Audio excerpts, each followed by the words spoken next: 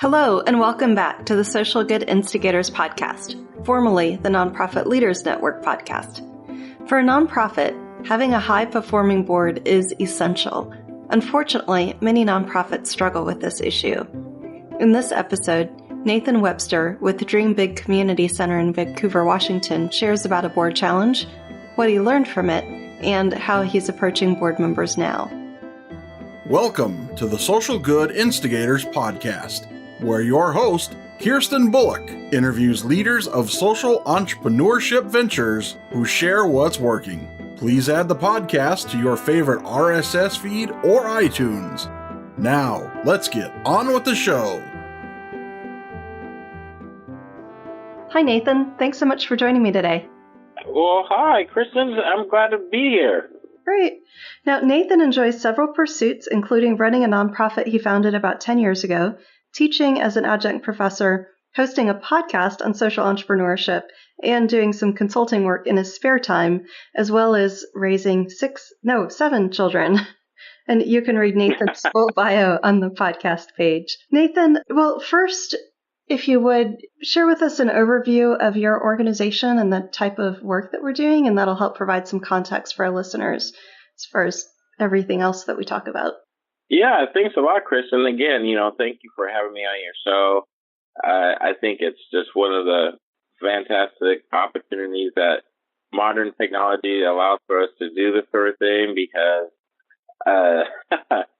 we as social entrepreneurs and folks that do social good as nonprofits need to have these sort of resources. And that's where I kind of stumbled into this field myself, is as building a community center and learning, or doing my very best to learn what was best and just go through those trial and errors. I was running low on resources, and finding those resources and what that looked like was very hard. And so I started, first of all, I did my nonprofit Dream Big Community Center, and in the process of learning new things, I was sharing these things with my friends, or I will say my nonprofit friends. How's that?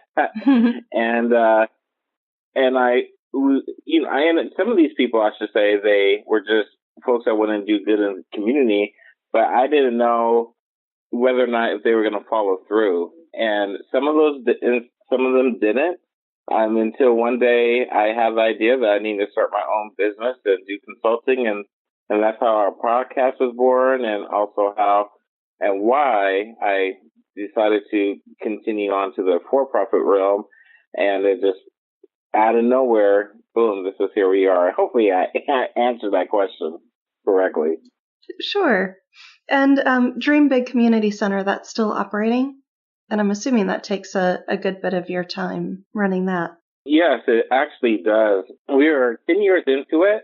This is July of 2017, so actually the last day of July, so it's kind of funny and eerie to be where we are 10 years when we received our 501c3 taxes and IRS letter. And it's been a long journey, but very rewarding. Our full name is Dream Big Community Center, and the first, I would say, 10 years has been about building our brand and getting out in the local community, shaking hands, and getting into schools, helping families, not just with all the fun stuff, but with some immediate crisis, emergency situations. And being that when you work with young adolescents and families, there is no cookie cutter approach to help them in their time of need. It's that follow the process to do what's best for them, and including your people. But we also we also now need a space.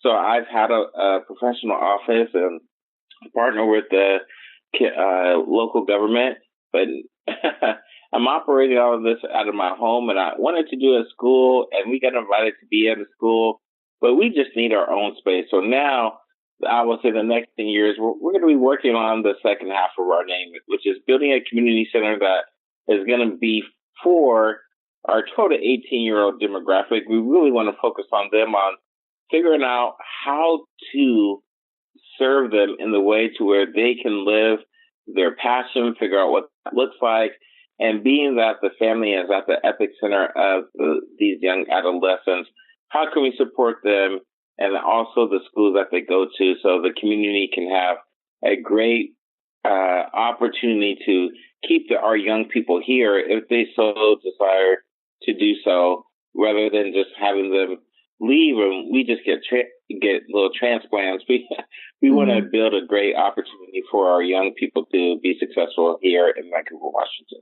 Fantastic. So 10 years ago, when you were first getting started, I'm sure you had no idea where it would be taking you. But if we could just go back in time, where was it that you had your first big wins? I think a lot of people remember those, and it leaves a really strong impression on us. I would say my first big win was when I went to now the second largest foundation in the Pacific Northwest, Meyer Memorial Trust, and I just went there as a walk-in with not even having an appointment, and I just pretty much just sat down, started talking with one of the officers there, and we chatted for about a good 2 hours. And at that time, I really didn't think that building this Dream Big Community Center was going to be a thing for me, and I thought it was a lot of work. I wasn't quite sure. I just had a lot of doubts, honestly. And when I walked out of there, that guy just told me that, man, I can do this. I should do it. And if I don't do it, it was basically he's going to come out looking for me. Oh, wow. So it was just, it was nice just to get that validation that it's truly something that I should do, and it's the best thing for our community. Mm-hmm. When you showed up, what did you say to the lady at the front desk? Do you remember? That's funny. I'm trying to think. I don't know if he even had someone at the front desk, honestly. Okay. Yeah, it was just one of those things that was very awkward to where I just walked in. And he was there. I looked up his profile on the internet, and it was good to go. I went to go seek him out, and no problem.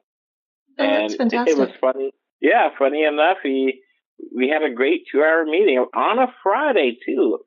So a lot of people would feel really intimidated to just walk into a foundation and talk to somebody, but it sounds like from your experience is that something that you would do again, or is that something you have done again? No, nowadays I don't think you can do that nowadays. Okay. Which is not a bad thing, but nowadays, yeah, I don't think you'd be able to do that, unfortunately. But you could still do your research ahead of time, figure out the person that you want to talk to, and then reach out to them in some way to try to initiate a conversation like the one you had. Yeah, absolutely. I think for those that are getting started or looking to speak with someone from the foundation, definitely do your research. Foundations always have, I shouldn't say always, I shouldn't use a blanket statement, but they should have some sort of FAQ page and going about how you can receive a type of grant that meets your need. And sometimes, not all the times, but they'll do little workshops, or before they do a LOI, they will do a kind of like a meet and greet and give you the full presentation on what is going to be expected of this 3-year round of funding. Could be 5 years. I haven't seen someone do that for a while, but even in a 1 year, you have a program officer that might spend maybe 15 minutes with you on the phone. If not, then me personally, I might not pursue that foundation. Right. And LOI that you mentioned earlier, letter of intent, I'm guessing. Yeah. Yeah. So on the other end of the spectrum, sometimes the things that are easy for us, those are sometimes hard to replicate. But sometimes when things don't go so well, when we have something that could be perceived as a failure, it can be a great learning experience for us. So do you have some early, dare I say, failures that you wouldn't mind sharing with us so that we can all learn together? Oh, yeah. We have lots of failures, which is why I believe is why I'm still here. Is for as many times that I failed, I just got up one more time to where we fell apart. Probably one of the biggest failures and I know this is a hot topic with your podcast, is not selecting the right board members. I tell this story to a lot of people when it comes to board members, but we were going through kind of like the next fiscal year of doing our fundraiser gate, or halfway through our fundraising fiscal year, and we had another event. This was the second time doing an event, and we really wanted to knock the socks off, and people had seen, or the person that just became our board member saw us do probably about maybe 3-4 events similar like this in the last couple of years. They just joined our board, and we sat down to talk about this event. We were about 2 months out from it, and they sat me down and said, Nathan, okay, tell me, what do we need to do to put the butts in the seats and be successful? And I said, well, we need to start calling people. And they were like, what do you mean we got to start calling people? I said that everyone that you have that personal connection with, and all those that are on the list that have attended events, and kind of just going through about how the relationships we have and why people come, we just go ahead and tap on their shoulders again. And they looked at me like, hold on, you're telling me that you don't have another group or persons or team that does this for you? Because mind you, I'm still working a 40-hour week job. It's really 50 hours because I was in management. And I always did doing big stuff on the side or on my day off, on the weekends, just the non-traditional work hours. And they were saying like, Willie, are you seriously telling me that we have to do this on our own? And they looked at the look in their eyes and their face, it was baffling. And they immediately said, while I was talking, they just said, stop. You got to stop. And immediately just started apologizing. And I'm like, oh, it's no big deal. They were like, no, it was unacceptable. I did not understand all that you went through in order to make these events a success. And so from that really taught me a lot even though we were successful in the event, and that next event, we weren't successful. And the only event that we actually lost money on was the fact that I didn't do that great of a due diligence ensuring that I had the right people on my board. So the biggest failure for me has been just not building the right people around me. Mm-hmm. And was that a pretty early lesson that you were able to learn? And I wish I could say that. It was about maybe 4 years ago.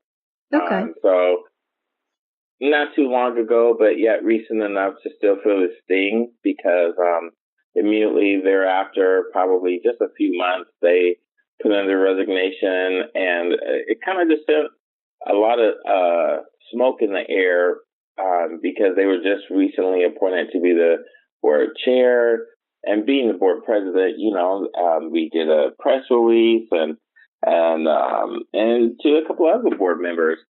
It kind of just raised a lot of eyebrows and concerns, but it's interesting because that whole person, that they even closed down their business too. So there's a lot more things going on to it than just that person was calling out some things that I was doing and made it somewhat personal. But when really, truth be told, there's a lot of personal things going on in life, and they weren't being transparent.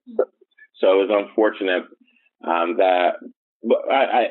it was unfortunate that it came to that, but I also make sure that I have the right team of people that understand all the work that goes into it. In order to be successful, we have to have the right people at the table. Right. So what are some things that you do to make sure that when you're recruiting your board members, what are some things you do to make sure that they have a clear picture of what's happening? Well, I like to take them out for coffee, possibly even lunch, and really just get to know them more so on a personal level. Here in Vancouver, it's pretty small, and I would say, I would like to get to know their business, but not so much necessarily need to know their business, more their personal, because they have to be in aligned with our vision. And so Just filling them out, and I like to do it at least 3 times. I would go out to coffee, then go out to lunch, um, and really I would look forward to them to ask me to lunch, but I wanted to be the one being courted and sought after. I also wanted to learn what they could bring to the table because I would give them a list of expectations and see if they were able to contribute. But then another thing is I wanted to see that we weren't going to be just another bullet point on their resume of LinkedIn, but they were going to be someone that could bring true value to our overall mission and not just be a sponsor for an event just so they can get their name out. Mm-hmm. So if somebody asks you what the requirements for a board member are, I'm willing to bet you don't say, oh, you just have to come to meetings. Oh, absolutely not. We have a contract. Good. We have a 3-year contract that they have to, we first in to say these are expectations. There's a dollar amount. There's a average time that's listed and the events that we do on there, and they have to sign it. Now, not all of them have been able to keep that commitment, but I also understand that, in some respects, one of my board members will say is you're paying to volunteer. And we would joke around, but it's true because it's an honor to do it. So I never wanted to do a gotcha, if you will, with a board member. So I wanted to be clear and make sure that everyone was on board, and there was even the board members. I should also say that they also needed to come to a board meeting to make sure that they were going to be a good fit. Oh, okay. So you have that mental checklist that you go through. Oh, yeah. I mean, it's amazing how I've learned, not just in that last example that I gave, but in other situations about how one person truly can set your sails in the opposite direction. And that's just one person. So just imagine if you get another person on their side to back the other person. That's not going to be very good. Right. It can get really super messy. Having seen that. Yeah. So what are some qualities and characteristics that you look for people to have if they want to serve on the board?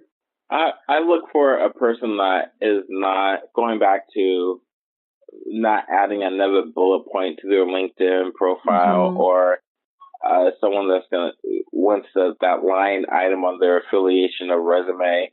I'm looking for someone that understands the long-term goal of our organization, because when I go and speak to our youth in schools, as I use a word, I don't pimp them out.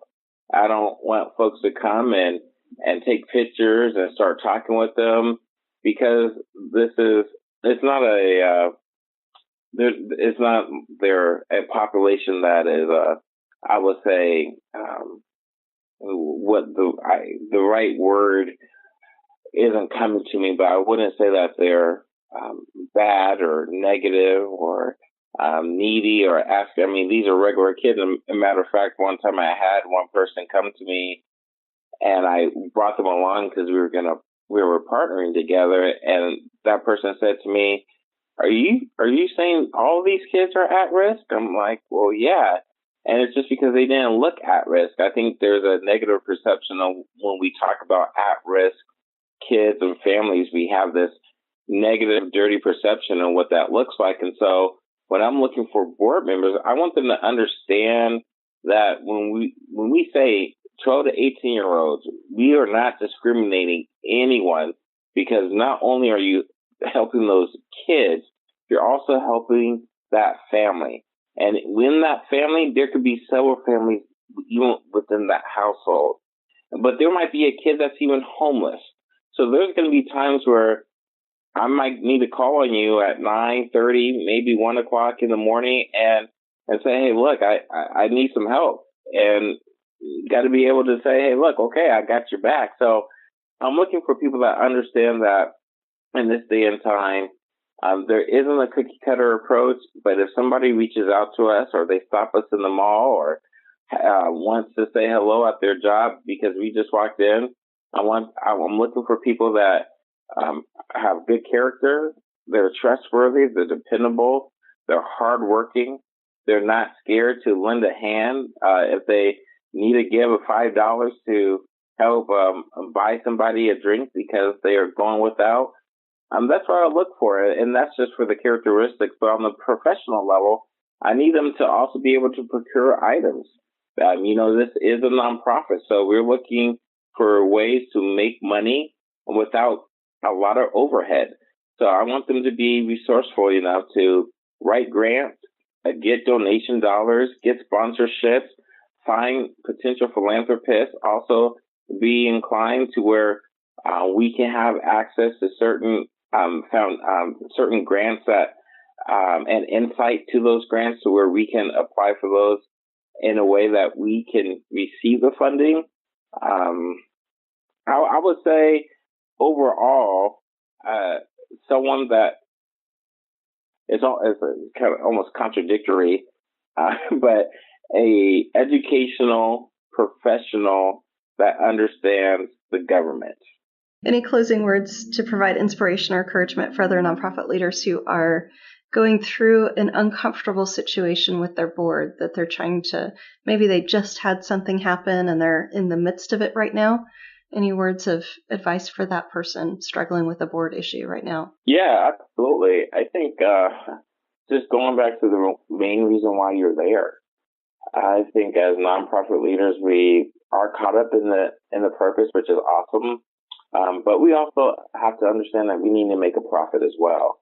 And so the reason what attracted you to there is for a specific reason that you have to look yourself in the mirror. And when it comes to the board members, you got to remember that there are people that are, I don't know if they're paying or not paying, but they're giving up time to help your organization. And some of them may not be there all for the right reasons.